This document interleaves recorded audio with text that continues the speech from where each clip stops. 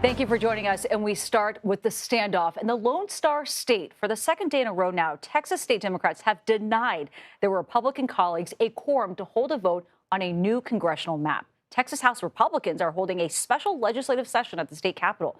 They need at least 100 members present to get any real work today, or any real work done. And today they gavelled in with just 94. And that is because most of the Democrats have traveled north to Illinois.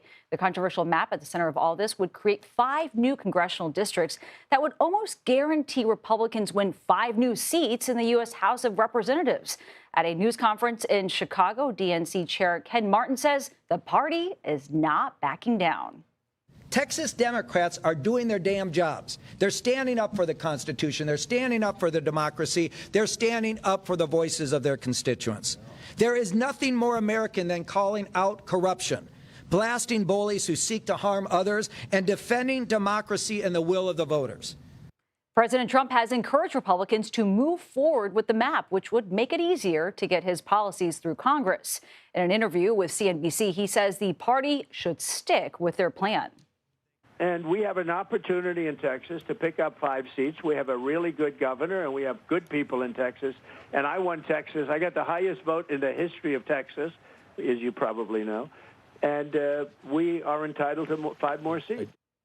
And CBS News reporter Karen Hua joins us now from Houston. Karen, very good to see you. I mean, we're talking about fines, we're talking about arrests. Realistically, what options do Republicans have to force any of these Democrats to come back to Texas?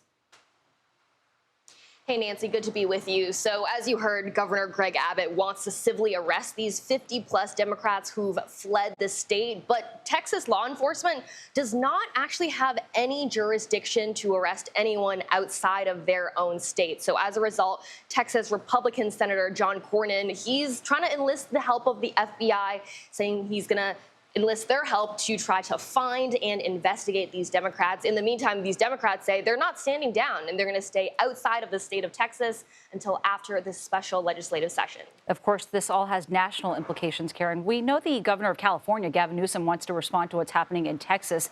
What could that look like, and how far along are those plans? Well, Nancy, Governor Gavin Newsom, he wants to consider this special election in November for his own state to redraw the congressional maps there, but in favor of the Democrats. And he's really urging other blue states to consider doing something similar. This redistricting effort really could put an impact, determine which party controls the House of Representatives next year after the midterm elections. But there is a trigger on this. California is only going to be doing this if Texas moves forward with its redistricting plans. Take a listen. They've triggered this response, and we're not going to roll over, and we're going to fight fire with fire. Now, as for how Texans feel about this, well, many Texans are angry and frustrated. They're not happy about this in the districts where they're going to be affected. There have been 3 public hearings where hundreds have come out to express their concerns. Some are even calling this racial gerrymandering. Nancy? All right, Karen Hua, thank you very much.